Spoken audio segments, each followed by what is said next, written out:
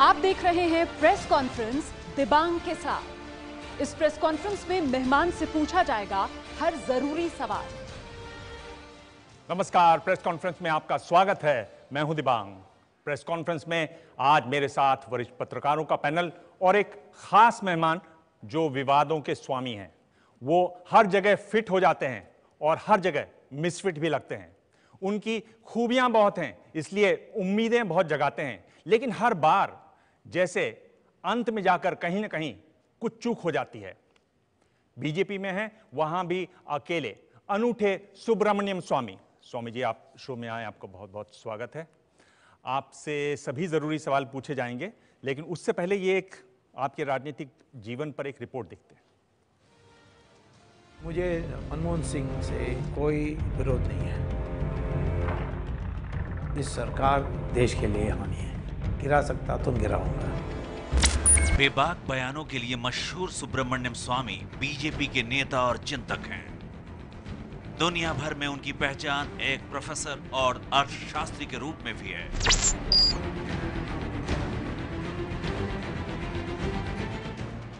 पचहत्तर साल के हो चुके सुब्रमण्यम स्वामी जेपी आंदोलन के जमाने से राजनीति में हैं। जेपी से खासे प्रभावित रहे स्वामी उनके आंदोलन में भी शामिल रहे थे। बताते हैं कि इमरजेंसी के दौरान सुब्रमण्यम स्वामी ने पुलिस से बचने के लिए सिख का वेश धर लिया था। सुब्रमण्यम स्वामी जनता पार्टी के संस्थापकों में रहे हैं और साल 1990 से लेकर 2013 तक इसके अध्यक्ष रहे। 1990 में चंद्रशेखर सरकार में स्वामी वाणिज्य और कानून मंत्री भी बनाए गए। सुब्रमण्यम स्वामी 2 बार राज्यसभा और 3 बार लोकसभा के लिए भी चुने जा चुके हैं। 2013 में स्वामी ने जनता पार्टी का विलय बीजेपी में कर दिया और तब से वो बीजेपी में ही हैं। कभी नरेंद्र मोदी के पीएम उम्मीदवार के जबरदस्त समर्थक रहे स्वामी अपने तीखे बयानों से पार्टी और सरकार को कई बार मुश्किल में डाल चुके हैं। चाहे पाकिस्तान का मसला हो या पुणे फिल्म संस्थान या फिर राम मंदिर, हर मुद्दे पर स्वामी बोलते हैं। युद्ध तो हम करने वाले नहीं है, परंतु वो करेंगे तो उनका पिछले बार 2 टुकड़ा किया, इस बार 4 टुकड़ा कर देंगे। वो तो नक्सलाइट लोग हैं, उनको तो निकाल देना चाहिए FTI से। राम मंदिर तो बनना ही है, राम सेतु का काम हो गया। यौन शोषण में जेल में बंद कथित आध्यात्मिक गुरु आसाराम के लिए कोर्ट में पैरवी करके भी स्वामी विवादों में रहे।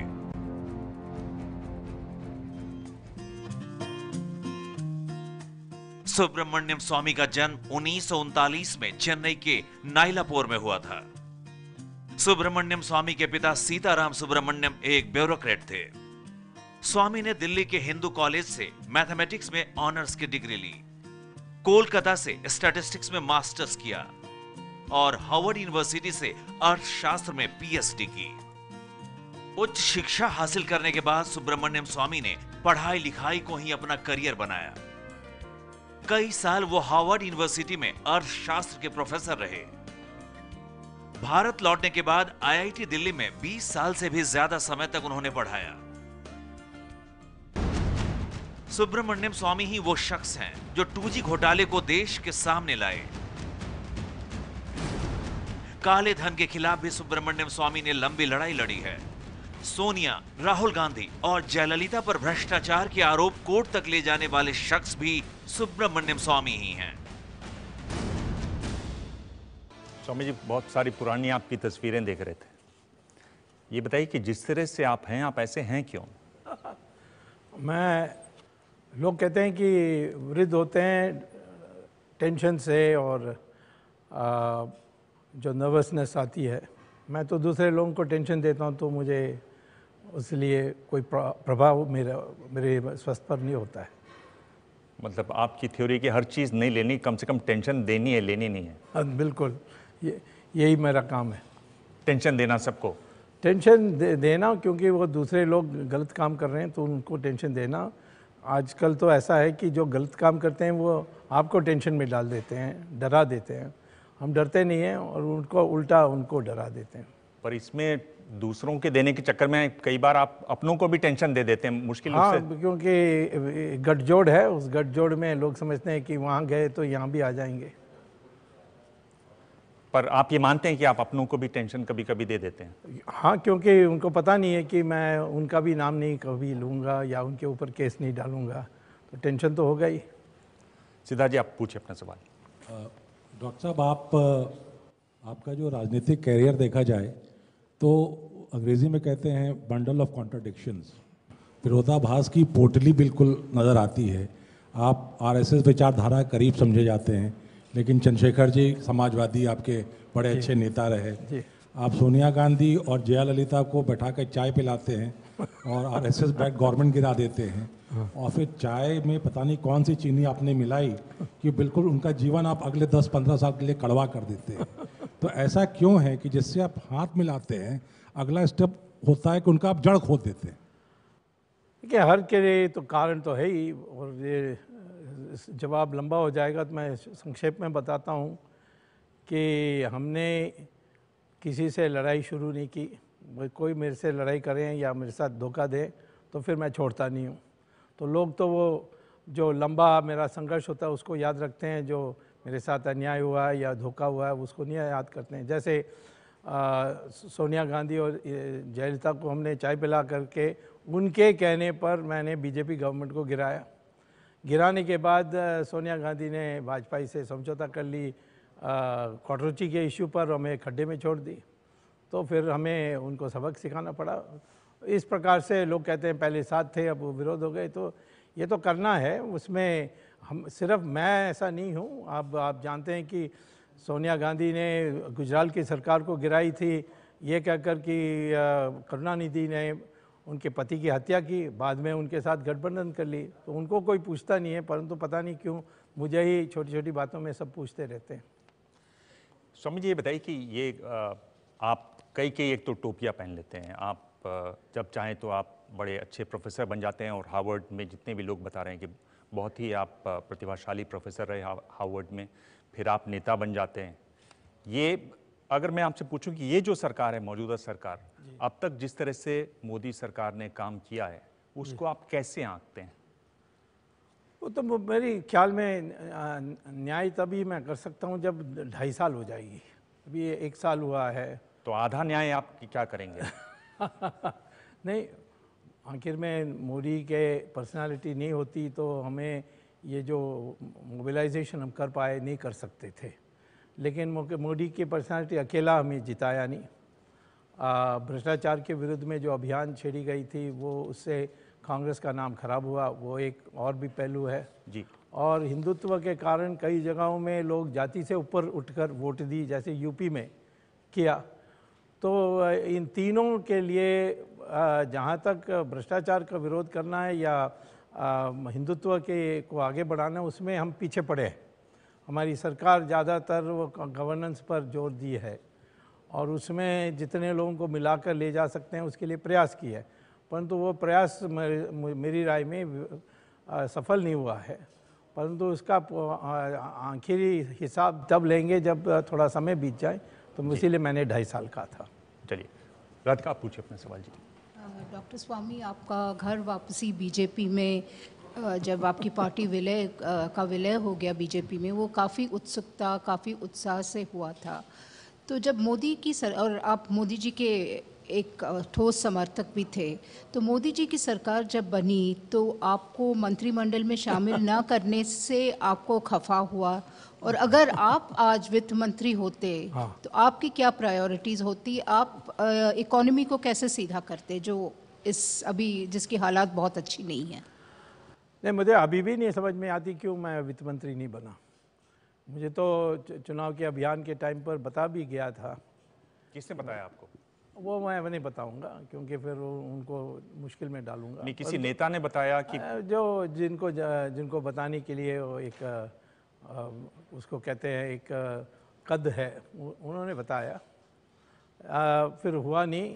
बाद में अनेक कारण दी गए। एक कारण ये दिया गया कि सरकार चलाने के लिए स्वामी को बाहर रखना ज़रूरी है क्योंकि विपक्ष की मदद की आवश्यकता है राज्यसभा में। अब वो कारण तो फेल हो गया है क्योंकि अब विपक्ष ने दिखा दिया है कि आप जितना अच्छा उनसे व्यवहार करोगे उतना बुरा वो आपसे के साथ व्यवहार करेंगे। परंतु इसमें मेरा कोई खौफ हुआ या कोई विरोध हुआ या घृणा हुई, वो बात सही नहीं है, क्योंकि मैदान तो बहुत है और जो मैं कर रहा हूँ भ्रष्टाचार की लड़ाई में और जो देश भर में हिंदुत्व के लिए प्रचार कर रहा हूँ, इससे मेरी पॉपुलैरिटी आज 1-1.5 साल के पहले की तुलना में तो 4-5 गुना ज़्यादा होगा। और ये थोड़े मोटे संकेत तो ट्विटर में भी पता लग जाती है, जो मेरी सभाएं की संख्या वो पेपर में कम आता है, परंतु जो लोग यूट्यूब देखते हैं वो देख सकते हैं। तो इसीलिए मुझे तो कोई घृणा नहीं है कि मैं सरकार में नहीं हूँ। पर ये जो पूछ रहे हैं कि अगर आप वित्त मंत्री होते तो आप कैसे? हाँ, मैं तो दूसरे रास्ते से करता। कोई 2 बड़े काम जो आप करते मैं पहला लोगों को उत्साहित करने के लिए इनकम टैक्स को अबॉलिश करता। कोई इनकम टैक्स नहीं होगा? No income tax complete. तो ये तो अच्छा नारा हो सकता है, मुझे वित्त मंत्री बनाओ, कोई इनकम टैक्स नहीं होगा किसी पर। नारा नहीं, मैं करके दिखा सकता हूँ। पैसा कहाँ से आता फिर? जो 2 लाख करोड़ घाटा होगी उस कारण से, वो एक स्पेक्ट्रम के नीलाम से मिल सकती है। और हर साल पहले 2G का कर सकते हैं, दूसरे साल 3G का कर सकते हैं, चौथा साल 4G का कर सकते हैं। तो इसमें कोई, और कोयला का भी अब नीलाम होने वाला है, उसमें भी बहुत ज़्यादा मिलेगी, तो पैसा की कमी नहीं है। दूसरा, और तो इस प्रकार से एक है। दूसरा है कि मेरी राय में जो हमारी देश में इंटरेस्ट रेट्स हैं, वो देखिए दुनिया के तुलना में कितना ज़्यादा है। अमेरिका में 2% में ब्याज में आपको ऋण मिल सकती है, हमारे देश में 12% से कम नहीं, 18% भी जाती है। कई किसान लोग हत्या करते हैं क्योंकि उनको 25% देना होता है। तो इस प्रकार से जिससे लोगों को खड़ा करने के जो कदम हैं वो उठाऊंगा, वो आज उस रास्ते में नहीं जा रहे हम। ये जो आपसे सवाल पूछा गया, भाई आप पर विश्वास कैसे करें स्वामी जी? आप जिसके साथ रहते हैं उससे लड़ जाते हैं। नानाजी देशमुख जो उस जमाने में आपको लेकर आए जब जनसंघ में कोई आता नहीं था, आप इतने अच्छी जगह से वहां पर आए, आप उनसे भी लड़ लिए। नहीं, ये आपने वाजपेयी जी के खिलाफ उन दिनों बयान दिए। देखिए, कई बातों पर आप गलत से बोलते हैं। इन्होंने कहा कि अब घर वापसी हुई, मैंने तो नहीं जनसंघ छोड़ा, जनसंघ का विलय जनता पार्टी में हुआ और फिर जनसंघ के लोग जनता पार्टी छोड़कर चले गए। और उस समय जनता पार्टी, भारतीय जनता पार्टी ने गांधीवाद समाजवाद की प्रोग्राम अपनाई, जिससे मुझे कोई संबंध नहीं था। जिस दिन हिंदुत्व के रास्ते पर सरसंघ चालक सुदर्शन जी ने कहा कि हम दोबारा चलने वाले हैं, उस दिन हम दोबारा शामिल हो गए। इस सवाल पे मैं आपसे दोबारा इस पर पूछूंगा। राजकिशोर जी, मैं आर्थिक नीति पे ही आऊँगा स्वामी जी। अब लगभग 1.25 साल हो चुके हैं, तो आपको लगता है कि आर्थिक जो दशा या दिशा जो है, ठीक है 2.5 साल में आप जजमेंट देंगे कि क्या हुआ है, लेकिन आपको लगता है कि दिशा ठीक है? यदि नहीं है तो कहाँ क्या कमी रह गई? और एक सवाल फिर से वही दोहरा रहा हूँ कि आपने अगर होते तो अभी क्या करते? दिशा तो ठीक नहीं है, क्योंकि जेटली तो वकील है, उनको इकोनॉमिक्स को तो कुछ पता ही नहीं है। इकोनॉमिक्स का रास्ता जो IMF वर्ल्ड बैंक के लोग हैं, उनका भी मुझे भरोसा नहीं है। ये जो हिंदुस्तान के जो कमियां हैं, शक्तियां हैं, उसको ध्यान में रखकर जो कदम उठानी चाहिए वो इस प्रकार होंगे। आज भी मैं कहता हूं कि इनकम टैक्स को अबॉलिश करो, एक उत्साह आएगी जिस कारण से लोग उस पैसा को बचत करेंगे, बचत से वो पूंजी होगी, पूंजी से ग्रोथ बढ़ेगी। इसी प्रकार से हमारे देश में जो नदियां हैं उनका एक ग्रिड बनाएंगे तो इतनी एम्प्लॉयमेंट जनरेट होगी। इंफ्रास्ट्रक्चर पर हमने बोला तो बहुत है, योजना तो बनाई है, परंतु अभी तक कुछ क्रियान्वित नहीं हुआ। इसी प्रकार से हमें प्रोजेक्ट्स करनी चाहिए 2 बातों के लिए। एक, लोगों की बचत बढ़ानी चाहिए, दूसरा ब्याज जो है उसको कम करना चाहिए, और तीसरा रोजगार पैदा करना चाहिए। ये 3 चीज़ करनी चाहिए। स्वामी जी, मुझे थोड़े आपने शुरू में ही हैरान कर दिया। आपने कहा कि मुझे वजह नहीं मालूम। ऐसा बहुत कम है कि सुब्रमण्यम स्वामी को किसी चीज़ की वजह न मालूम हो। और 2 नाम थे, देखिए, आपका नाम था, एक अरुण शौरी का नाम था। दोनों कहीं दिखाई नहीं दे रहे हैं। दोनों वित्त मंत्री, दोनों आपके चैनल में दिखाई दे रहा हूं, देश भर में दिखाई दे रहा हूं। पर दोनों वित्त मंत्री की दौड़ में वो थे। अलग तो ऐसा क्या हुआ कि ये रह गए? मैं दौड़ में नहीं था। दोनों का नाम था? नाम तो बहुत चला। आप तो बता रहे हैं आपको बताया भी गया। हाँ, बताया भी गया था, परंतु हो गया। कारण क्या, मैं यदि प्रयास करता तो पता लग जाता। मैंने प्रयास नहीं किया। क्यों? क्योंकि मैं प्रारब्धा में विश्वास करता हूँ कि कोई अच्छा कारण होगा जिसके लिए नहीं मैं बना, आगे बन जाऊँगा। चलिए आलोक जी। स्वामी जी, चूँकि आपका रिश्ता 72 से आरएसएस से भी रहा और कई और ऐसे जो नेता हैं जो हिंदूवादी हैं या स्वदेशी वाले हैं, आरएसएस ने कभी इतना, क्योंकि आरएसएस तो बड़ा डोमिनेट करता है बीजेपी में, फिर भी कभी, और गठबंधन की भी जब जरूरत हुई तो आपको वित्त मंत्री छोड़ प्रधानमंत्री पद के लिए भी गठबंधन में आप ज़्यादा लोगों को साथ ले सकते थे। आपको कभी आरएसएस ने क्यों नहीं प्रोजेक्ट किया? खाली आपको यूज़ करती है और फिर फेंक देती है। ये तो आपका निष्कर्ष है, मेरा नहीं है। पहले तो मैं आरएसएस के सदस्य नहीं कभी रहा, लेकिन उनके साथ निकटता के साथ और स्नेह के साथ हमने बहुत सालों से काम की। और जैसे नानाजी थे या दत्तोपंत ठेंगड़ी थे, मोरोपंत पिंगले थे, माधवराव सिंधिया, माधवराव मुगले थे, इन सब का हमारे स्नेह होने के कारण ही हम इतने दूर आए कि हम पांच बार में तो कम से कम 2 बार तो उनका प्रवेश करने में इन लोगों की मदद के कारण मैं पार्लियामेंट में आया। लेकिन मेरी लड़ाई जरूर सैद्धांतिक रूप से वाजपेयी से हुई थी और उस कारण से ये फैसला हुआ था 1980 में कि मैं जनता पार्टी में बना रहूँगा और वो बीजेपी चलाएंगे। और 2004 में शंकराचार्य के गिरफ्तारी होने के बाद तय हुआ कि मैं अब विलय के लिए रास्ता बनाऊं और फिर उसमें थोड़ा समय लगा और बन गया। पर स्वामी जी, आपको नहीं लगता? हाँ, कभी उम्मीद करें कि आप प्रधानमंत्री बने? मैंने कहा ना, मैं प्रारब्धा में है तो कोई रोक नहीं सकता। मैं तो 5 बार पार्लियामेंट गया हूँ, 2 बार मिनिस्टर रहा हूँ। लोग मुझे पहले दिन जब मैं आया तो कहते थे आप जैसे ब्लंट आदमी तो पॉलिटिक्स में कभी टिक नहीं सकते, लेकिन फिर भी हम ये सब पाए और वो भी किसी के एहसान से नहीं, किसी के रहनुमा से नहीं। स्वामी जी, आपको लगता है कि अगर आप बीजेपी में और ख़ासतौर पर जब आप आए, अगर आप बने रहते तो वाजपेयी जी, आडवाणी जी, उसके बाद तो आप ही थे, अगर आप बने रहते उस समय ऐसी कहीं ना कहीं थोड़ा आप अनुशासन में रहते, थोड़ा धैर्य रखते तो ये काम हो सकता है। आप सबसे वरिष्ठ नेता होते। ये जो अब जो नेता दिखाई दे रहे हैं, उस जमाने में तो कोई उनमें से था भी नहीं। देखिए, ये तो एक अनुमान लगाने की सवाल है। उस समय मैं जो सिद्धांत अपनाया गया था उससे हम बड़े दुखी थे। पहले तो हम ये भी नहीं चाहते थे कि जनता पार्टी के विलय हो जनता पार्टी में, अब यानी जनसंघ का विलय जनता पार्टी में होने के बाद फिर उसको घटक के रूप में चलाना ये भी गलत था। और बाद में संघ के साथ बहस होने के बाद ही बाला साहब देवरस थे उस समय, ये तय हुआ था। ये मैंने कोई झट से ऐलान नहीं किया। और ये ज़रूर मैंने कहा था कि जो हिंदुत्व के जो विषय हैं, जैसे कैलाश मानसरोवर का रास्ता खुलवाना या राम मंदिर पर बोलना, ये सारी चीज़ों पर तो हमारी सिद्धांत में तो कोई फ़र्क नहीं आई। और जिस दिन ये लगा कि अब जिन लोगों ने मेरा विरोध किया वो सब चले गए थे, तब हम बीजेपी से विलय कर ली।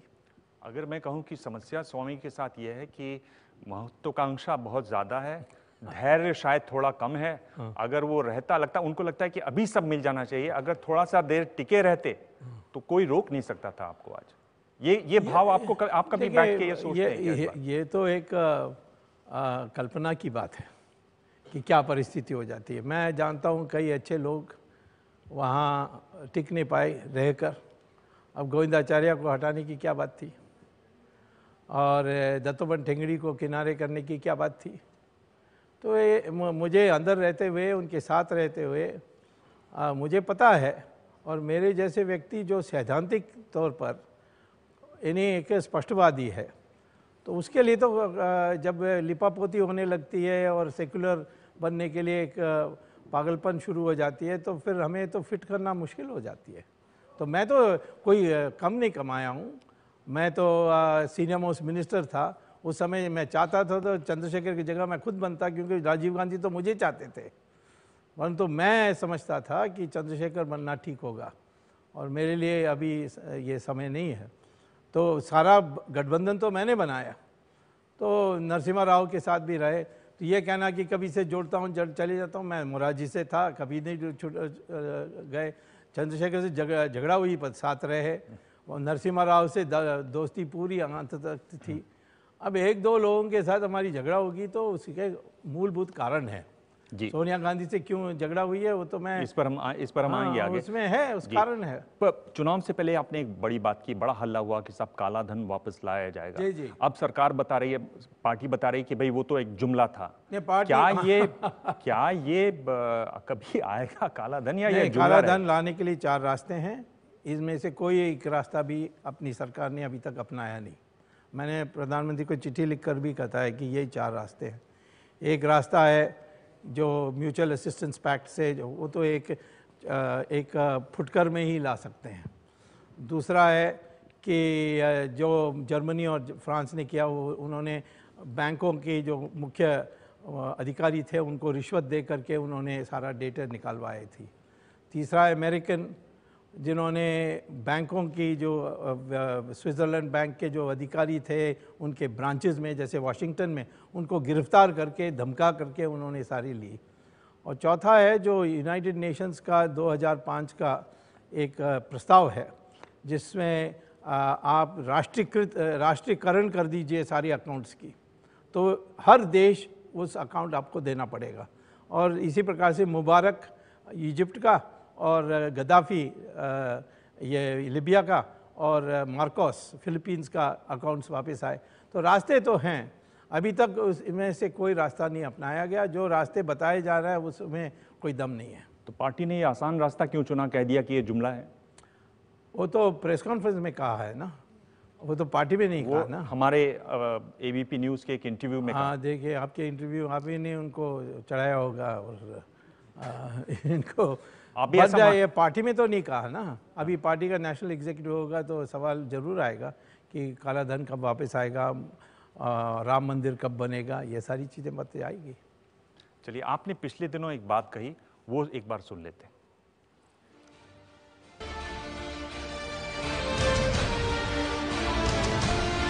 तो ऐसा क्या है, माँ बेटा हो, कोई एक है, 2 है, क्या फर्क पड़ता है? एक ही परिवार का है ना, कोई परिवार का बाहर तो नहीं बन रहा है।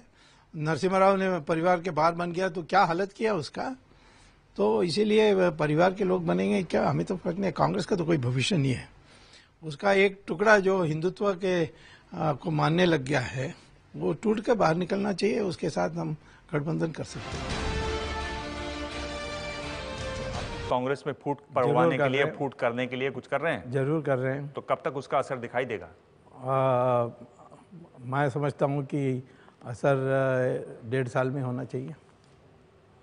तो बड़ी संख्या में होनी चाहिए, ऐसे ही 1-2 लोगों को लाने से कोई फ़ायदा नहीं है। वैसे तो कई लोग आए हैं, जैसे वो हरियाणा से कई लोग आए हैं, यूपी से कई लोग आए हैं, वैसा नहीं।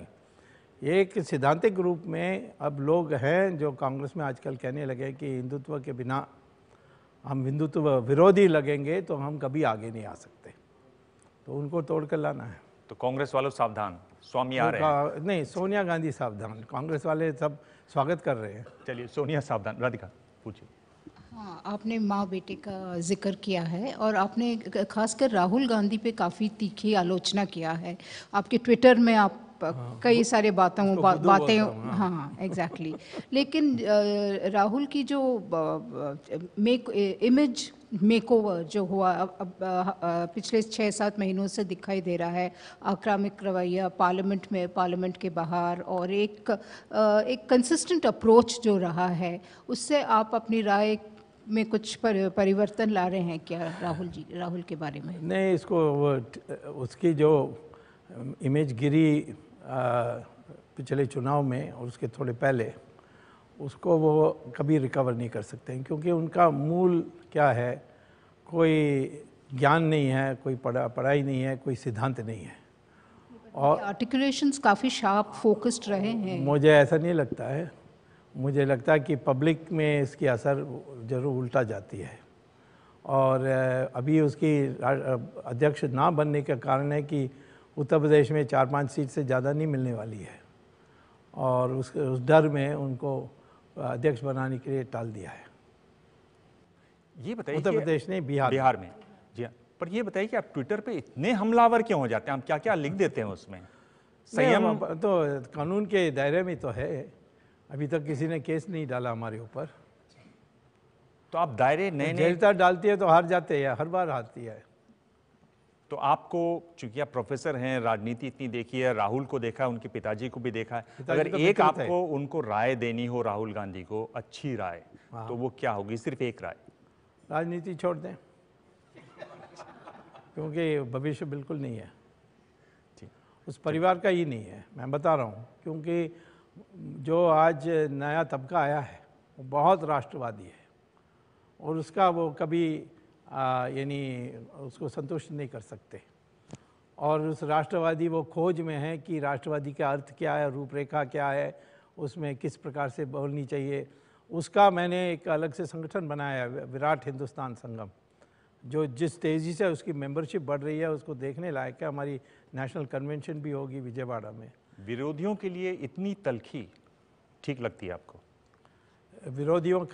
विरोधियों के लिए इतनी तलखी माने मतलब आप इतने नहीं, मुलायम सिंह से बात करिए, वो कभी, वो तो मुझे भाई कहता है।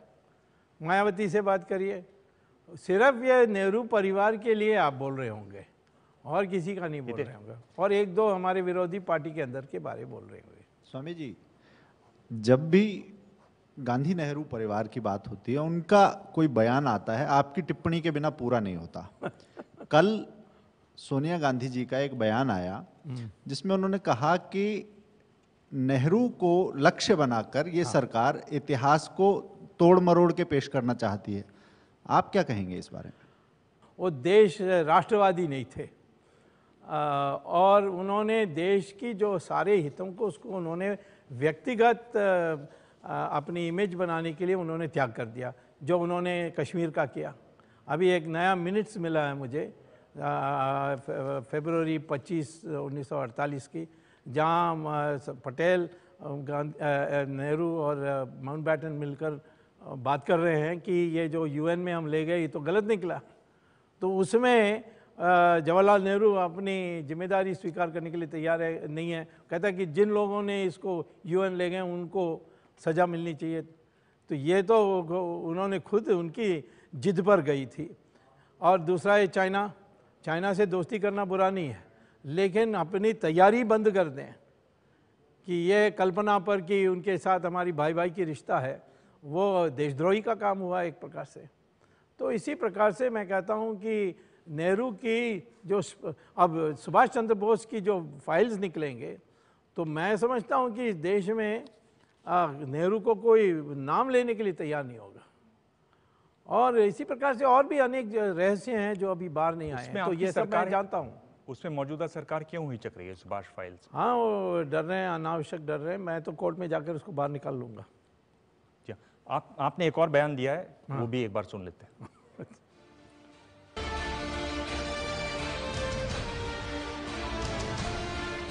ये मामला इतना ही बहुत साधारण सीधा मामला था कि सोनिया गांधी और बेटा और उनके कांग्रेस के साथियों ने और पिट्रोडा और सुमन दुबे जैसे लोगों ने कंपनी बनाई, यंग इंडियन, और उसमें 76% शेयर्स सोनिया गांधी और बेटे के थी, माने कंपनी उनका था।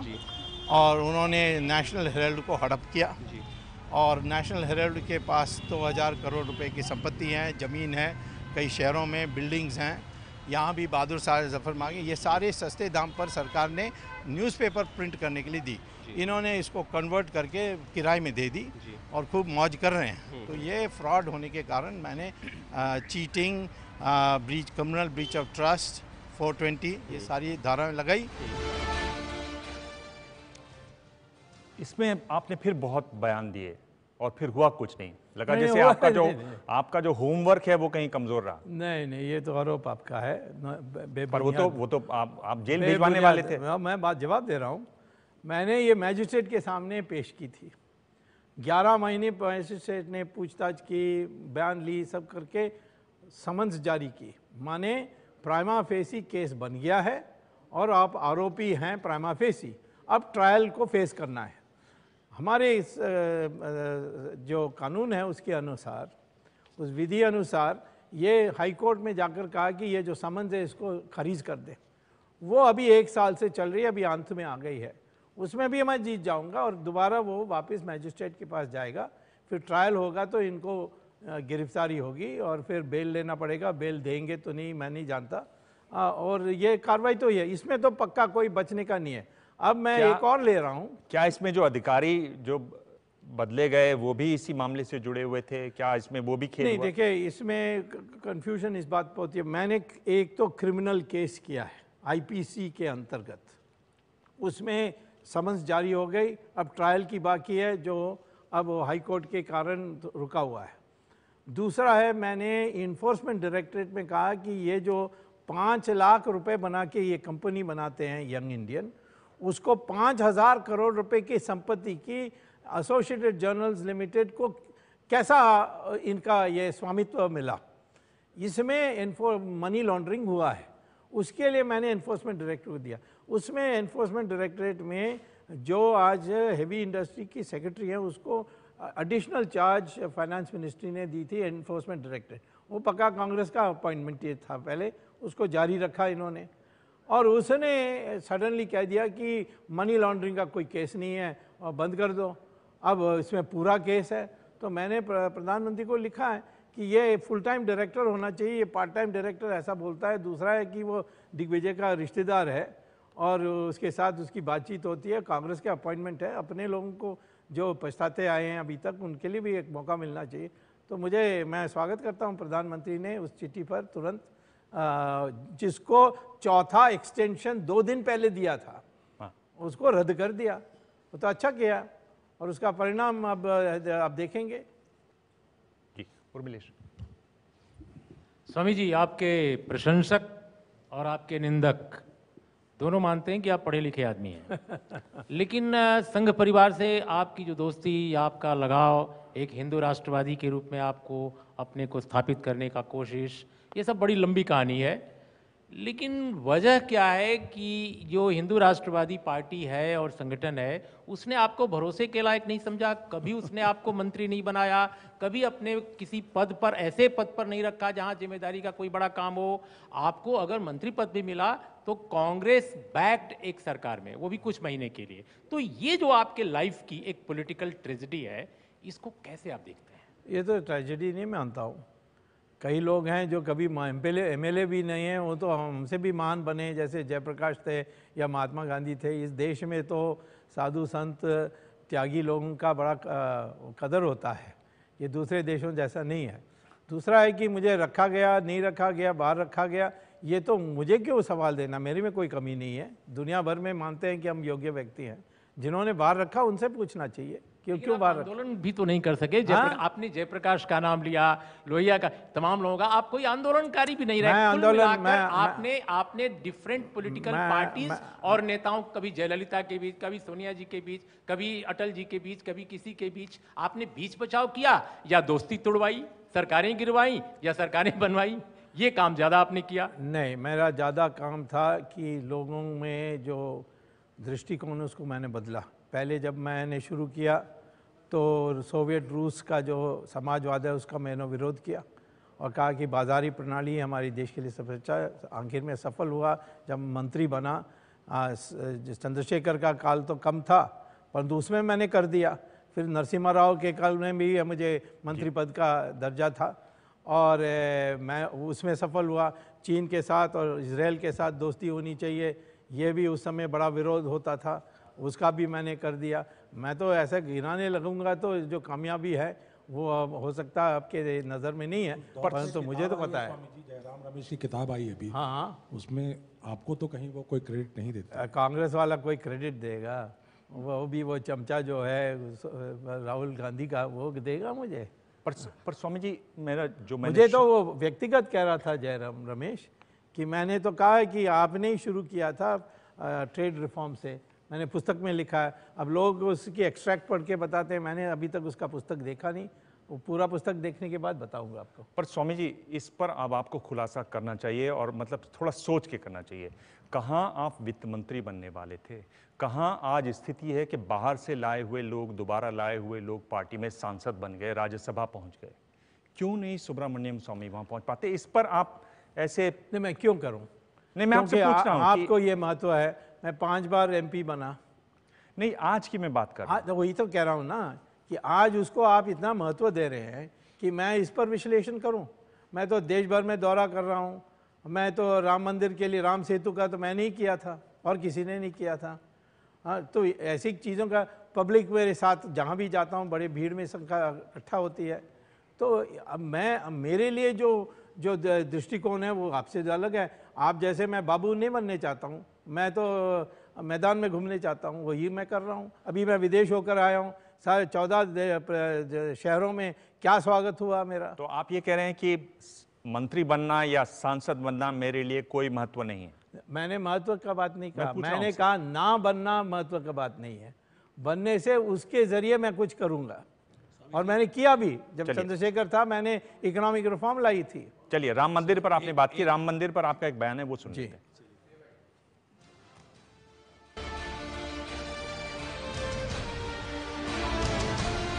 अब तक नहीं बन पाया, 10 साल में तो नहीं बनना। वहाँ तो इटालियन बेटी थी वो। उसके पहले जो सरकार थी NDA की, वो सोचती थी हमारे मेजॉरिटी नहीं है और अब बनने की अधिक से अधिक संभावना है। 19 तक मेरी राय में मंदिर बन जाना चाहिए।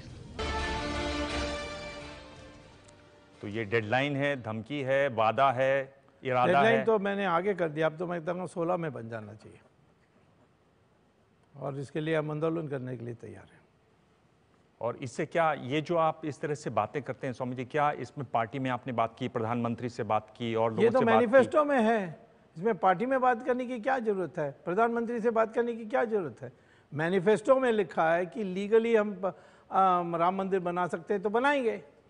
तो इसको तो हमें, ये तो हमारी ड्यूटी हो गई, कर्तव्य हो गई। नहीं, इतना भरोसा आपको है क्या? 2016 आपने तारीख भी तय कर दी। निश्चित तौर पर मैंने तो यही भी कहा, राम सेतु का भी कहा था कि मैं 2 साल में उसको सुरक्षित कर दूंगा। सुरक्षित हो गया। विजय, मेरा आपसे 2 छोटे छोटे सवाल हैं। एक, आप बड़ी क्रांतिकारी सुझाव दे रहे हैं कि अगर आप वित्त मंत्री होते तो देश की आर्थिक नीतियों को सुधारने के लिए इतना सब कर देते।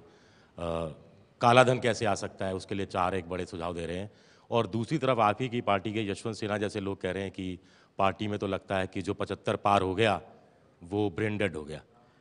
नहीं, वो तो उनकी राय है। भाई ये कोई पार्टी का पॉलिसी नहीं है, ना किसी ने मुझसे कहा है। अब वो ये कहाँ कौन लकीर खींच सकता है, फिर वो हो जाएगा, फिटनेस की बात हो जाएगी, कौन पार्लियामेंट में 15 मिनट से ज़्यादा खड़ा होकर भाषण दे सकता है, ये भी बात आ जाएगी।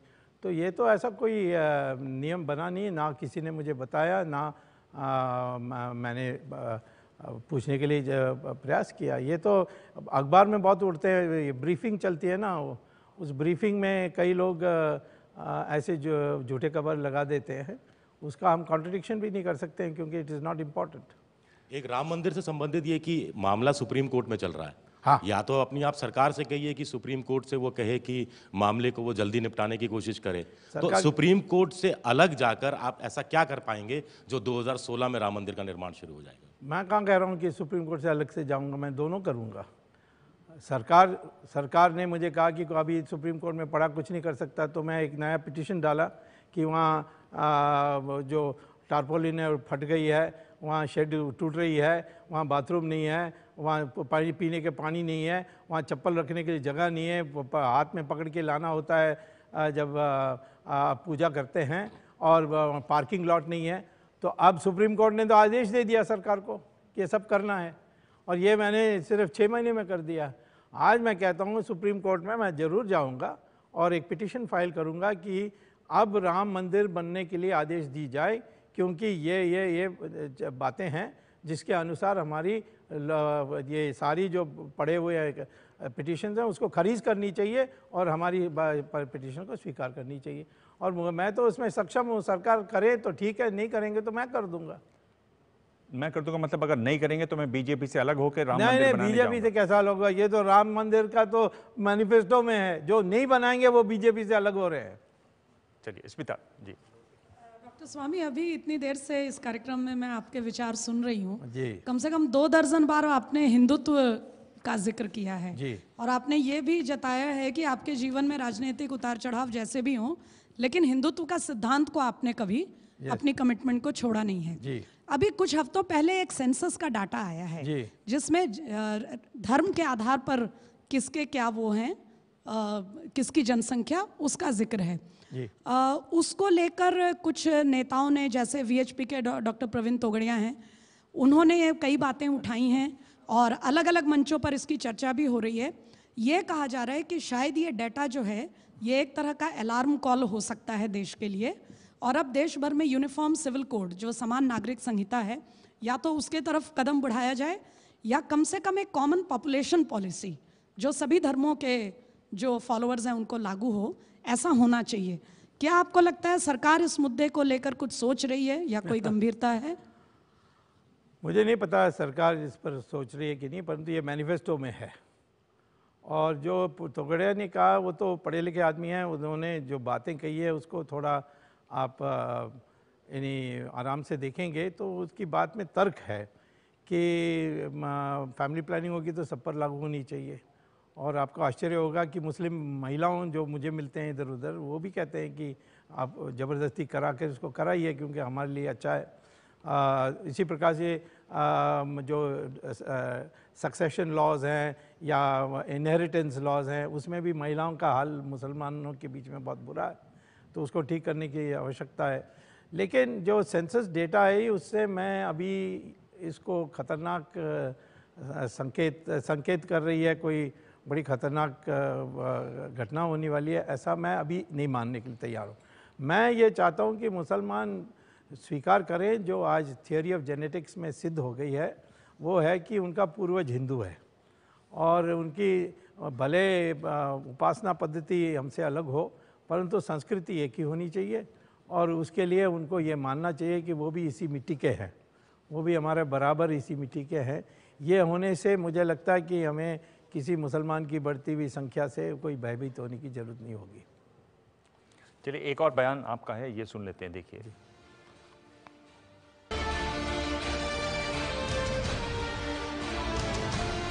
राम मंदिर तो बनना ही है, राम सेतु का काम हो गया, थोड़ा ही बाकी है। वो नितिन गडकरी को पकड़ के पूछिए कब कर देगा। मैं नितिन गडकरी को धन्यवाद देता हूँ, पहला कदम उन्होंने उठाया। उन्होंने कहा स्वामी जिस दिन मैं मिनिस्ट्रीशिप का शपथ लूंगा दूसरा दिन ये काम कर दूंगा। उन्होंने कह दिया सेतु समुद्रम प्रोजेक्ट राम सेतु को छुएगी नहीं, उन्होंने ऐलान कर दिया। तो सुप्रीम कोर्ट में तो वैसे भी मेरी रोक थी, लगी हुई थी, अब हो गया। अब बाकी एक ही चीज है जिसके लिए आप उनको थोड़ा दबाव डालिए, और बेचारा उनका कसूर नहीं है, मैं बताऊंगा नहीं किसका कसूर है, लेकिन वो मेहनत तो बहुत कर रहे हैं, वो सबसे कुशल मंत्री हैं। और मुझे बड़ा खेद है कि वो पार्टी का अध्यक्ष नहीं है, क्योंकि वो निर्णायक व्यक्ति था।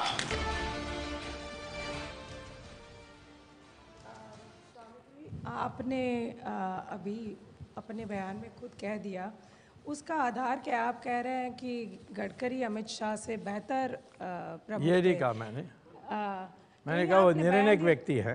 हाँ। अमित शाह तो ज़्यादा चुनाव, पार्टी संगठन, इस पर उनका प्राथमिकता है, और नितिन गडकरी पार्टी ऑफिस में बैठ के लोगों से मिलते थे, जो अमित शाह नहीं करते, बहुत कम मिलते हैं, हमारी चिट्ठी की भी जवाब नहीं देते। तो नितिन तुरंत फ़ोन करके बात करते थे। तो इसमें स्टाइल में फ़र्क है, एक बुरा दूसरा अच्छा, ऐसा मैं नहीं कह रहा हूँ, परंतु नितिन गडकरी से हमारे बहुत पुराने परिचय है, तो इसीलिए मैंने उसकी क्षेत्र में मैं भाषण दे रहा था, तो इसीलिए उसका थोड़ा अच्छा करना जरूरी था। स्वामी, एक सवाल मेरा और है कि आप अभी जो भी बात की आपने, आप कभी लगता है कि आप भाजपा में एक्स्ट्रा कॉन्स्टिट्यूशनल पावर है?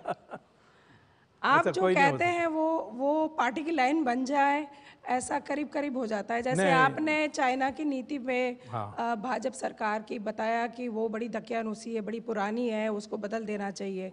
अब हमारे प्रधानमंत्री करीब 80 देशों में जा चुके हैं, तो पाकिस्तान को लेकर आपने नीति पर टिप्पणी की थी। तो आपको लगता है कि विदेश नीति जो अभी प्रधानमंत्री चला रहे हैं उसमें कुछ तब्दीली आनी चाहिए?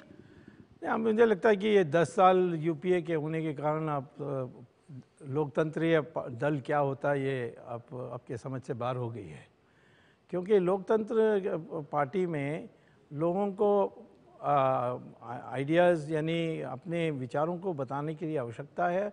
और दूसरे देशों में आप जाएंगे तो देखेंगे कि वो खुलेआम होता है, और जब निर्णय होती है उससे इधर उधर हो जाए तो आप फिर कह सकते हैं ये ठीक नहीं है। अभी तो जो भी बात मैं कह रहा हूँ उसकी मूल बात मैनिफेस्टो में है और लंबे तौर पर पार्टी की सिद्धांत रही है। चाइना के साथ मित्रता करनी चाहिए, परंतु उसी समय अपनी डिफेंस पर कभी ढील नहीं देनी चाहिए। ये तो हमारी आप पुराने ऑर्गेनाइजर पढ़ेंगे तो मेरा आर्टिकल तो 1972 से है, और पहला जो चाइना के साथ सुधार के कदम उठी वो तो मैंने किया था जब मोरारजी देसाई प्राइम मिनिस्टर थे, और उस कारण से मैं कैलाश मानसरोवर का रास्ता भी खुलवा सका। अभी तो दूसरा रास्ता खुला है, ये भी उसी समय तय हुआ था। तो इसीलिए मैं कहता हूँ कि मैं कभी पार्टी के बाहर नहीं जाता हूँ, और ये ज़रूर पार्टी की बात को मैं स्पष्टता से रखता हूँ। जो दूसरे नहीं लगते हैं तो लगता है कि मैं अलग से जा रहा हूँ। पर ये जो आपने कहा कि जो वर्तमान अध्यक्ष हैं वो आपकी चिट्ठी का जवाब नहीं देते, मिलते नहीं हैं, तो उनका स्टाइल ऐसा है। स्टाइल वो पार्टी में ऑफिस में बैठ के मिलते नहीं हैं, वो तो मैं जानता हूँ। चिट्ठी का जवाब नहीं देते हैं वो भी जानता हूँ, वो कोई नई बात नहीं है। परंतु संगठन बनानी या चुनाव लड़नी उसमें व्यवस्था में उसका कोई मुकाबला ही नहीं है, तो इसीलिए उनका स्टाइल दूसरा है। पर नितिन गडकरी का दूसरा है। क्या अध्यक्ष को ऐसा नहीं होना चाहिए कि कम से कम महत्वपूर्ण लोगों को ये न लगे कि मेरी चिट्ठी का जवाब नहीं दिया? अब हो सकता है उसने विकेंद्रीकरण किया कि महामंत्रियों को मिलना चाहिए, मैं महामंत्री से मिलता नहीं हूँ, इतना ही फर्क है। और चिट्ठी का तो जवाब दे सकते हैं आपकी? चिट्ठी का मैं अंग्रेजी में लिखता हूँ, हो सकता है मैं हिंदी में लिखूंगा तो जवाब दे देंगे। तो क्यों नहीं आप हिंदी में लिखते? अब हमारे पास टाइपराइटर नहीं है हिंदी का, मैं कर सकता हूँ, आगे करूँगा। वैसे गूगल से तो आजकल बहुत आसान हो गया हिंदी में। बिल्कुल सही बात। एक जो नए चीज़ में आप दिखाई दे रहे हैं वो आप एक लॉयर की भूमिका में दिखाई दे जाते हैं बिल्कुल, और आप बार बार जाके डिफेंड कर रहे हैं, इस पर काफ़ी आलोचना भी होती है। क्यों कर रहे हैं आप ऐसा? कौन आलोचना कर रहा है? सब तो मेरी जय-जयकार। ये जो आप आसाराम के पास चले जाते हैं। आसाराम का तो मैंने बेल के लिए गया हूँ। आसाराम को जेल में डालने के कारण है कि उन्होंने धर्म परिवर्तन पर उन्होंने डट के विरोध किया। कई लोगों का दोबारा उन्होंने घर वापसी के। पर स्वामी जी आप मान रहे हैं कि उसमें जो कई गवाह हैं वो मारे जा रहे हैं, एक के बाद एक मारे जा रहे हैं, लोग एक ही तरीके से मारे जा रहे हैं, और मतलब बहुत ही ऐसा केस है जिस पर इतना ज़्यादा लोगों की निगाह है, फिर आप क्यों जाते हैं ऐसी जगह? ये स्वामी क्यों नहीं लोगों को समझ में आते? मैं तो अपना मन टेलीविज़न देख के बताता नहीं हूँ। बिल्कुल नहीं, मैं रिकॉर्ड्स को देखता हूँ। अब ये रेप केस कहते हैं जोधपुर में, मैंने FIR देखा, वहाँ पुलिस ने साफ लिखा है कि देयर इज़ नो रेप, और दिल्ली पुलिस ने तो लोकनायक जयप्रकाश नारायण हॉस्पिटल में रिपोर्ट लिया है कि एक स्क्रैच भी नहीं है। तो अब क्या बाकी केस क्या है उसमें कि ये 18 साल से कम लड़की है, और उसने बयान दिया कि इन्होंने मेरे ऊपर हाथ लगाई, और पॉस्को जो नया कानून बनी है उसके अनुसार जो 18 साल से कम लड़की है उसके बयान को सही मान करके केस चलाना होता है।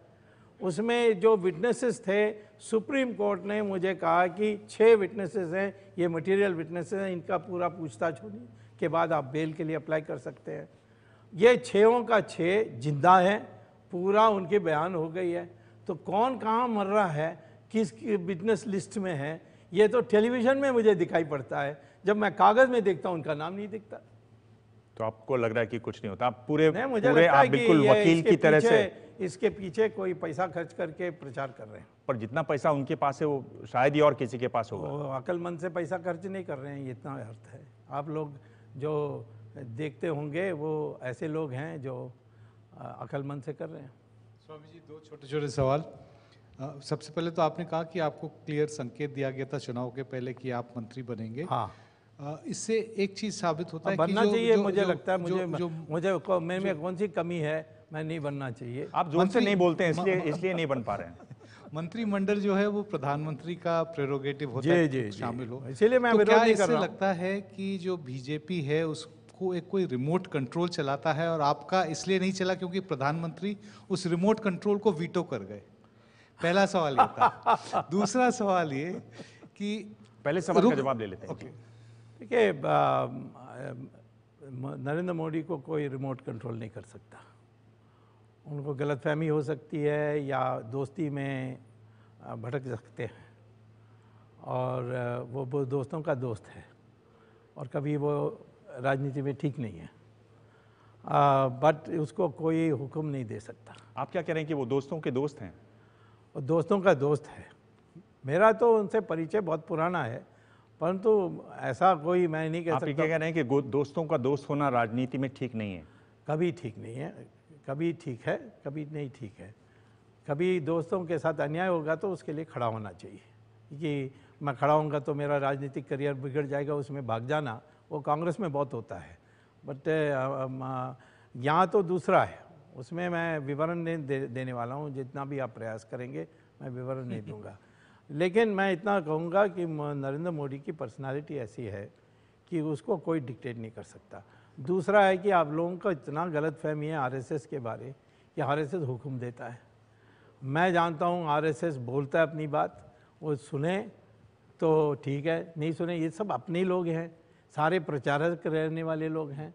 तो आदेश देने के लिए नौबत तब आएगी जब कोई ऐसा घृणापूर्ण घटना हो जाए, जैसे अडवाणी ने कह दिया कि ये जिन्ना सेक्युलर है, तो उसमें सारा स्वयंसेवक भड़क उठे, तो इसीलिए जाकर मोहन भागवत को उनको पद से उतारना पड़ा। लेकिन ऐसे तो बहुत रेयर होता है। आरएसएस जरूर कहती है कि ऐसा होना चाहिए, ऐसा होना चाहिए, पर ना हो तो मैंने कभी नहीं देखा आरएसएस ने कहा कि हम कुछ कदम उठाएंगे। मेरा दूसरा सवाल आपके दूसरे टारगेट के प्रति है जिसको आपने बहुत टारगेट किया है, तमिलनाडु के चीफ मिनिस्टर जयललिता के बारे में। उसके बारे में बिल्कुल बात नहीं हुई। पिछले साल जब उनको कन्विक्ट किया गया था तब एक तरह से माना जा रहा था कि तमिलनाडु की राजनीति जो एक चर्निंग के प्रोसेस में एक नई राजनीति उभर के आएगी, लेकिन साल भर के अंदर पूरा पासा पलट गया। भारतीय जनता पार्टी को माना जा रहा था कि एक अच्छी एंट्री पॉइंट मिली तमिलनाडु, लेकिन लगता है कि क्या आपकी पार्टी बिल्कुल बैक टू स्क्वायर वन हो गई और जयललिता ज़्यादा मजबूत होकर मुख्यमंत्री के तौर पे लौट के आई हैं? जयललिता मजबूत तो नहीं हुई है, लेकिन जो भारतीय जनता पार्टी की जो माहौल बनाई नरेंद्र मोदी की मीटिंग्स के कारण, और ये जो नया तबका तमिलनाडु में आया है जो राष्ट्रवाद विचारों का है कि हम हिंदुस्तान का हिस्सा है, हम तमिल फर्स्ट नहीं हैं, हम इंडियन फर्स्ट हैं, बाद में तमिल हैं, वो जो एक द्रविड़ा आंदोलन से अलग हो गए हैं, उस माहौल में हम आगे बढ़ सकते थे।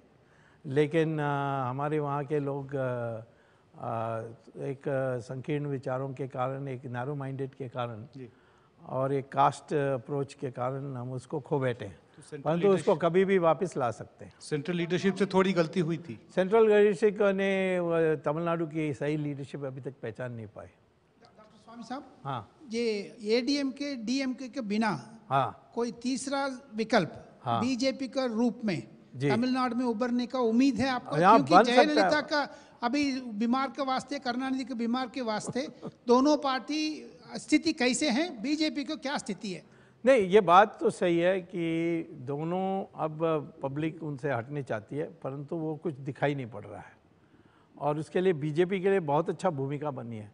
परंतु बीजेपी के जो हमारी स्टेट यूनिट है वो तो किसी से बड़े, यानी डीएमके से जुड़ जाओ या एडीएमके से जुड़ जाओ, उसमें उस मंशा में है, उसमें से हम कभी आगे नहीं बढ़ सकते। आप जाके स्टेट यूनिट को क्यों नहीं टेक ओवर? मुझे दे दे, मैं पूछने वाला नहीं हूँ, परंतु मुझे दे दे, मैं जाकर वहाँ बैठ जाऊँगा। पर इसमें मुझसे कोई जान पहचानने वाले बीजेपी में तमिलनाडु में है नहीं। पर आप ये बताइए कि इसमें फिर तालमेल क्यों नहीं बैठ पा रहा? जैसे आप इतनी तीखी बातें करते हैं, प्रधानमंत्री जाते हैं तो चाय भी पीते हैं, मिलके भी आते हैं मुख्यमंत्री से, फिर बधाई भी देते हैं, तो कैसे? मतलब उसमें गठबंधन तो नहीं है ना, पार्टी का गठबंधन होता तो मैं इस स्थिति की बात नहीं करूँगा, परंतु भ्रष्टाचार उसने किया है। मैं हूँ कंप्लेनेंट, और अब जो सुप्रीम कोर्ट के जरिए उनको दोबारा जेल भेज देंगे हम निश्चित तौर पर, तो उसमें पार्टी का तो सवाल है ही नहीं। अब नरेंद्र मोदी उनके पुरानी परिचय है, रिश्ते हैं, और वो जाएंगे तो निश्चित तौर पर उनके घर में जाकर चाय पियेंगे। मैं भी जयललिता को अच्छा जानता हूँ, कभी बहुत अच्छी दोस्ती होती है, कभी बिगड़ जाती है बहुत। अभी बिगड़ी हुई स्थिति है, हो सकता है कल दोबारा हम दोस्ती कर लेंगे। लेकिन यही बात है कि जब वो करप्ट, आप कह रहे हैं करप्ट है वो, लेकिन जब आपकी इतनी दांतों काटी दोस्ती थी तब क्या वो करप्ट नहीं थी? नहीं, करप्ट थी। मैंने केस उसी समय डाला था, मैंने उसको बोल भी दिया था कि केसेस मैं तो डालूंगा। उसने मान लिया था उस समय, उसने कहा नहीं, करुणानिधि से लड़ने के लिए आपसे कोई अच्छा आदमी नहीं है। तो हमारे साथ उसकी दोस्ती थी, गठबंधन थी। मैंने केस भी डाला उसके उसी समय डाला था जब मेरे गठबंधन था।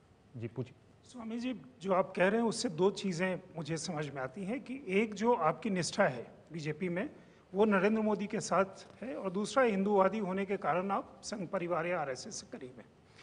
लेकिन जो आप पहले टेंशन देने की बात कर रहे थे उसी से ये जुड़ा हुआ है। हाँ। अभी जो बात हो रही तमिलनाडु की, हाँ।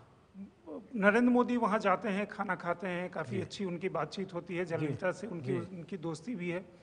आप उनको जेल भेजना चाहते हैं, तो ये टेंशन आप किसको दे रहे हैं, जयललिता को या प्रधानमंत्री नरेंद्र मोदी? नहीं, नरेंद्र मोदी के ऊपर कोई असर नहीं होगा इसका। ये तो जयललिता सोचती थी, अब उसका दिमाग ठीक हो गया है कि नरेंद्र मोदी मुझे कंट्रोल कर सकता है, और वो फेल हो गई। उसने चिट्ठी भी लिखा था एक बार, और नरेंद्र मोदी ने जवाब नहीं दिया कि मैं वो जो श्रीलंका का मामला है उस पर उन्होंने चिट्ठी लिखा था मेरा विरोध करते हुए कि मेरा पॉलिसी सब इन्हें तमिलनाडु में लोग मानते नहीं हैं, लेकिन वो चला नहीं। तो देखिए, लोकतंत्रीय पार्टी का आप रूपरेखा इतना सीमित मत बांधिए। हम लोगों को छूट होती है, हमारे कई कार्यकर्ताओं का अलग अलग राय होती हैं, तो हम उस एक अंग को रिप्रेजेंट करते हैं, आखिर में सब एक हो जाएंगे, इसमें कोई दो राय नहीं है। तो इसीलिए कोई प्रॉब्लम नहीं है ना नरेंद्र मोदी को ना मुझको।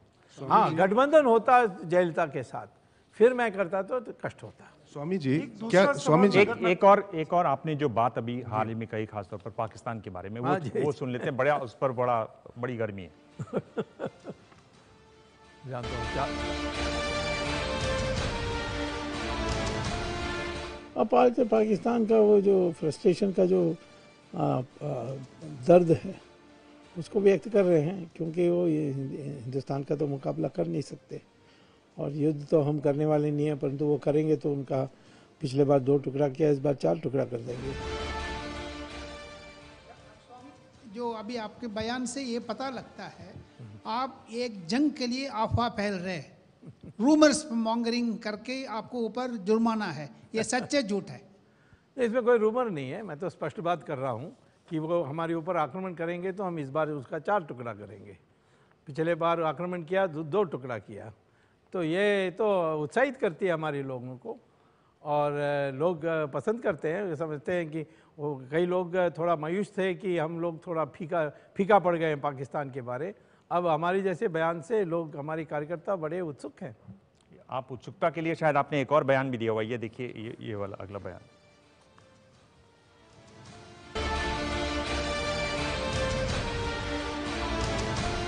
ये जो कानून बनी थी क्रिमिनल डेफेमेशन का, ये तो 1860 में बनी थी, अंग्रेज़ों ने बनाई थी यहाँ हमारे देश के जो देशभक्त लोग हैं उनका मुंह बंद करने के लिए, और जेल भेज देंगे। उससे एक संकोच पैदा होता है कि भाई हम क्यों मुंह खोलें और जेल में जाएं। तो इसीलिए हम नहीं कहते हैं कि जो अपमान होती है किसी की शब्दों से, उसके लिए कोई एक्शन नहीं होना चाहिए। हाँ, सिविल सूट हो सकती है, मुंह अफ़ज़ा मांग सकते हैं। मैं कहता हूँ कि ये पार्टी का सवाल नहीं बन सकता, ये तो समाज का सवाल है। समाज में लोकतंत्रीय अधिकारों को बढ़ावा देना है या उस पर अंकुश लगाना है, ये सवाल है, इसमें पार्टी का कोई सवाल नहीं। हम देखें, आप कभी कभी पार्टी और सरकार की जो लाइन है उससे अलग भी खड़े हो जाते हैं, तो इसीलिए मैं शुरू में कह रहा था कि आप एकदम अनूठे हैं, एकदम अलग दिखाई देते हैं। पार्टी के अलग कभी नहीं खड़ा हूँगा। सरकार की पॉलिसी कोई हो, वो प्रधानमंत्री कहे तो उसका विपरीत तो नहीं जाऊँगा। बट कोई अटॉर्नी जनरल कह दें या सॉलिसिटर जनरल कह दें, इसको मैं पार्टी के विषय नहीं मानता हूँ, ये ना सरकार का मानता हूँ। मेरी राय में हमारी सरकार के जो वकील हैं उन्होंने गलत किया कि उन्होंने क्रिमिनल डेफेमेशन को समर्थन किया कोर्ट में, और वो हारने वाले हैं उसमें।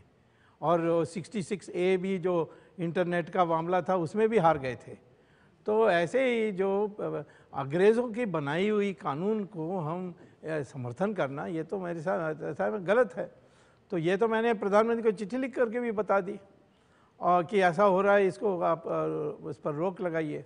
तो मैं ये समझता हूँ कि आप लोगों की भी दृष्टिकोण थोड़ा विशाल होना चाहिए कि हर चीज़ पर मैं जो पार्टी कहती है उस पर पहले पार्टी का फैसला हो। पार्टी फैसला ही नहीं करती है किसी बात पर, तो मुझे तो छूट होता है बोलने के लिए और पार्टी का मन बनाने के लिए। स्वामी जी, जो आपको जानते हैं, आपने वो तब से इमरजेंसी में खास तौर पर जिस तरह से आपने काम किया और जिस तरह से एक उछाल भी आया आपकी पूरे, पिछले दिनों आडवाणी जी ने कहा कि हालत ऐसी बन रही कि इमरजेंसी दोबारा लग सकती है। क्या आप इससे सहमत हैं? क्या इस तरह की बात, क्या ये बात सही है? मुझे नहीं लगता पता है कि किस संदर्भ में आडवाणी जी ने ये बात की थी या आप लोगों ने उसको तोड़ मरोड़ के पेश किया है। सवाल यह है कि देश में लोकतंत्र ऐसा चीज़ है जिसका सदा के लिए हम लोगों की रक्षा करनी होती है। और निश्चित तौर पर आज जो पार्टियों की हालत है अनेक जगहों में, उन मुलायम सिंह की पार्टी हो, मायावती की हो या कांग्रेस की हो, उसमें तो कोई लोकतंत्र नहीं है। बीजेपी में क्योंकि अनेक संगठन हैं, एक तो बीजेपी खुद है, फिर आरएसएस है, विश्व हिंदू परिषद है, ये सारे होने के कारण इनका जो माहौल बनता है वो सबसे ज़्यादा लोकतंत्र बनता है। और मैं उसका सबूत हूँ कि मैं बात कहता हूँ जो दूसरे पार्टी में मैं कभी नहीं कह सकता। और ये बड़ापन है हमारी पार्टी की कि ये सब एडजस्ट करते हैं। हाँ, मैंने भी स्पष्ट कर दिया कि पार्टी कोई प्रस्ताव पास करेगी तो मैं उस पर उसके अनुसार चलूँगा, परंतु जब तक नहीं है तो मुझे अधिकार है मन बनाने के लिए। ये एक आखिरी बयान है, आप बहुत बयान देते हैं इसलिए हमारे इस शो में बहुत सारे बयान हैं, ये एक आखिरी बयान है, ये भी एक बार सुन लीजिए।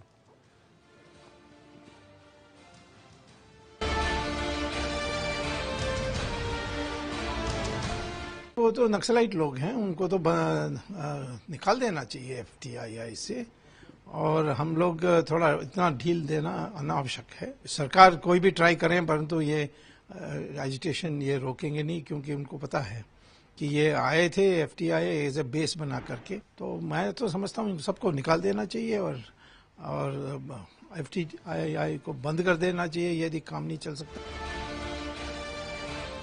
आपको किसी को कुछ कहना होता आप सीधा बोलते हैं तो नक्सली है, आपका एकदम बिल्कुल स्टैंप लगा देते हैं आप। नहीं, सबको नहीं कहता हूँ, आपको तो नहीं कहा मैंने। शुक्रिया। मैं ये कहता हूँ कि देश में ये पिछले 10 साल में एक मंशा पैदा की गई थी, हमारे जो अंग्रेज़ी पढ़ने वाले लोग हैं, अंग्रेज़ी में पढ़े हुए लोग हैं, कि वो नक्सलाइट प्रेमी बन गए। और उनका नक्सलाइट नेताओं का तो एक ही उद्देश्य है कि किसी तरीक़ों को सबको समाज से तो अलग कर दें। तो ये FTII की जो एजिटेशन है वो क्या है कि चेयरमैन उनके वोट के बिना नहीं बन सकता। आई एम सॉरी, वो नहीं हो सकता कि विद्यार्थी तय करें चेयरमैन कौन होगा, ये तो हमारी अधिकार है, पहले कभी नहीं हुआ ऐसा। तो आप चाहते हैं कि सबको बाहर निकाल दें? यदि वो क्लासरूम वापस नहीं जाएंगे तो उनको बाहर निकालना चाहिए। आखिर में मैं ये पूछूं कि बिहार में चुनाव होने वाले हैं, घोषणा हो गई है, आपके बहुत जानने वाले लोग भी लड़ रहे हैं दोनों तरफ से, आपको क्या लगता है कि क्या आपने अनुमान लगाया क्या होगा बिहार में? हम भारी बहुमत से जीतेंगे। प्रेस कॉन्फ्रेंस में हमारे खास मेहमान सुब्रमण्यम स्वामी खुलकर सवालों का जवाब दे रहे हैं, लेकिन ये दौर रैपिड फायर का है, देखना है वो कितने सवालों का जवाब दे पाते हैं। स्वामी जी, 5 सवाल मैं आपसे पूछ रहा हूं, हर सवाल के साथ 2 ऑप्शन हैं, उन 2 ऑप्शन में से एक आपको चुनना है। आप चाहें तो सवाल छोड़ सकते हैं और 5 में से 3 जवाब सही देंगे तो ये ABP न्यूज़ की तरफ से एक गिफ्ट है आपके लिए। शुरू करें तो पहला सवाल, आपको क्या लगता है कि आपके राजनीतिक जीवन की सबसे बड़ी भूल क्या थी? A, शुरुआती दिनों में जिस तरह से आपने वाजपेयी जी पर हमले किए, या दूसरा, आपने जो सोनिया और जयललिता की टी पार्टी की, इन दोनों में से सबसे बड़ी आपकी राजनीतिक भूल क्या थी जीवन में? दोनों भूल नहीं थी। और वाजपेयी से हमारी जो हुई तो वो तो शुरुआत में नहीं हुई। ज़्यादा बड़ी भूल क्या थी इनमें से? इनमें से दोनों में भूल नहीं है तो ज़्यादा भूल कैसे बोल सकते? ज़्यादा सही बात इनमें से क्या थी? दोनों सही बात थे। मैं विपक्ष में था और मुझे सरकार को गिराना था, ये मेरा कर्तव्य था, और सरकार मेरे अनुकूल काम नहीं कर रही थी, जो पॉलिसीज करनी चाहिए थी उसको मैंने गिरा दिया। तो स्वामी जी जिस फॉर्मेट में हैं आप उस फॉर्मेट में जवाब इसका नहीं दे रहे हैं तो इसको मैं छोड़ देता हूं। मैं कहता हूं कि दोनों में कोई क्या दोबारा फिर कोई टी पार्टी कहीं होने वाली है? नहीं, आवश्यकता पड़ेगी तो करूंगा। स्वामी जी आप बहुत बड़ी बात कर रहे हैं, क्योंकि टी पार्टी इससे बहुत ज्यादा मतलब निकलता है। डिनर पार्टी कर दूंगा, क्यों टी पार्टी? आपके अनुसार आप स्वयं को एक बेहतर इकोनॉमिस्ट मानते हैं या पॉलिटिशियन? मैं दोनों हूं। बेहतर क्या हैं आप दोनों में से? मैं तो फिर मुझे टमाटर पसंद है या प्याज पसंद है तो मैं कैसे कहूँगा कि कौन सा ज़्यादा पसंद है? दोनों बराबर पसंद है। वैसे ही ये भी दोनों बराबर है। मैं श्रेष्ठ राजनीतिज्ञ हूँ जो सैद्धांतिक तरीके से सबसे श्रेष्ठ हूँ। चलिए ये भी आप फॉर्मेट में जवाब नहीं दे रहे हैं। 3 और सवाल हैं आपसे। तीसरा सवाल है, आप बेहतर प्रधानमंत्री किसको मानते हैं, अटल बिहारी वाजपेयी को या नरेंद्र मोदी को?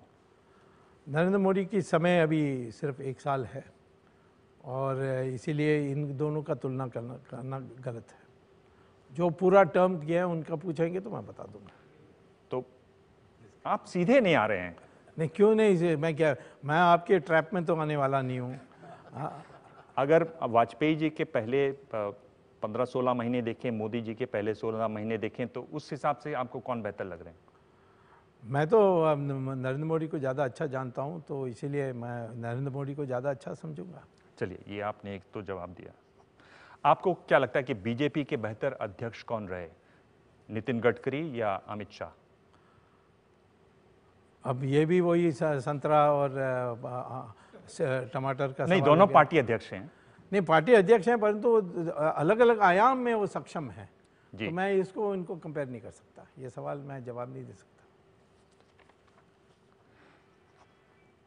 हमारा आखिरी सवाल है स्वामी जी कि आप भविष्य में खुद को कहां देखते हैं, केंद्र में मंत्री या किसी राज्य में राज्यपाल?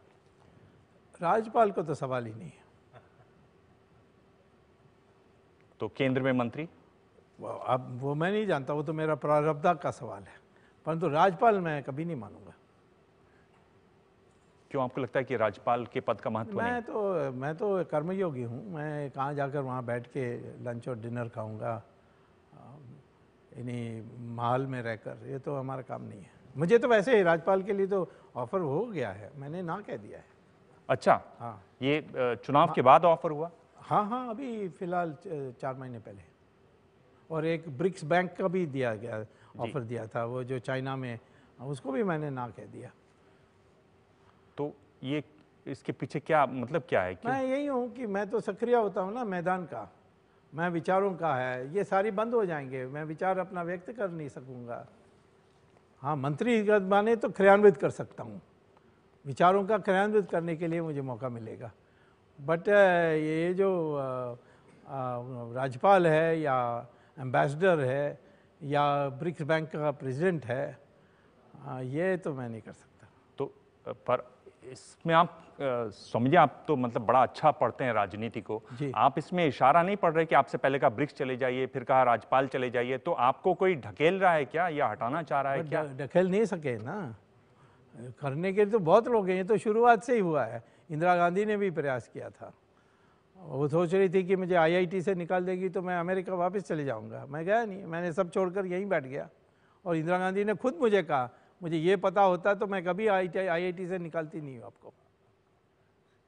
पर अगर ऐसा आपको लगता है कि शुरू से हो रहा है, तो क्या आपको मालूम है कि पार्टी में कौन से लोग हैं जो इस तरह से चाहते हैं कि सुब्रमण्यम स्वामी हटें, यहाँ से जाएं? हाँ, जानता हूँ, परंतु वो सफल नहीं होंगे, क्योंकि जो लोग मुझे सपोर्ट कर रहे हैं, जो मुझे उत्साहित कर रहे हैं, वो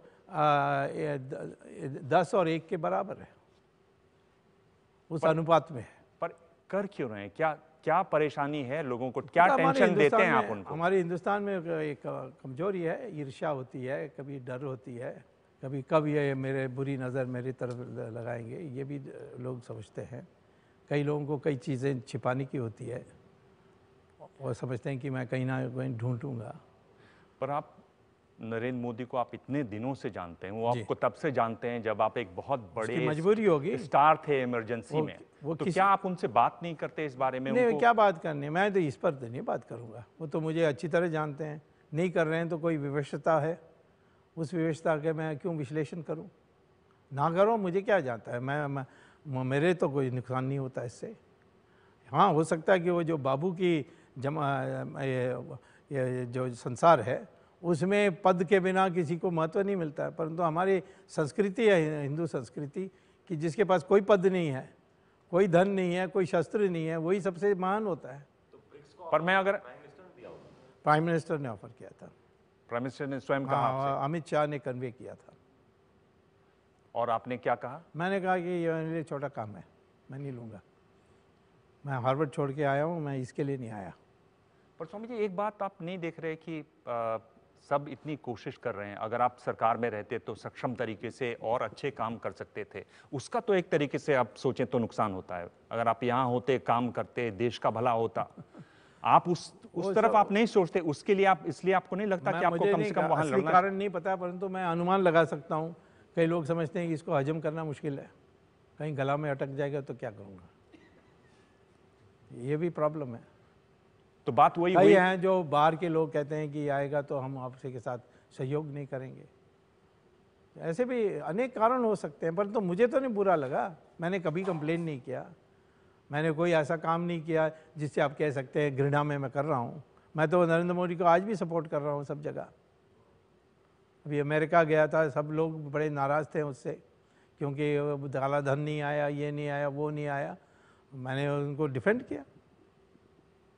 तो आपको अभी भी उम्मीद है कि? नहीं, उम्मीद का सवाल नहीं है, मैं उसको जानता हूँ, मुझे मेरे लिए प्रिय है, इसीलिए मैं कोई यानी सौदा के लिए मैं नहीं कर रहा हूँ। चलिए सुब्रमण्यम स्वामी, आपने सभी सवालों के तो जवाब नहीं दिए, लेकिन आप हमारे साथ आए और बहुत बेबाकी से आपने बात की।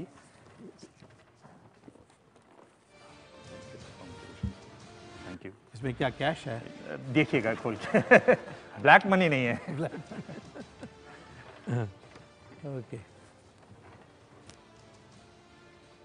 प्रेस कॉन्फ्रेंस में आज के मेहमान सुब्रमण्यम स्वामी, अगले हफ्ते हमारे साथ होंगे एक और खास मेहमान। तब तक देखते रहिए एबीपी न्यूज। धन्यवाद।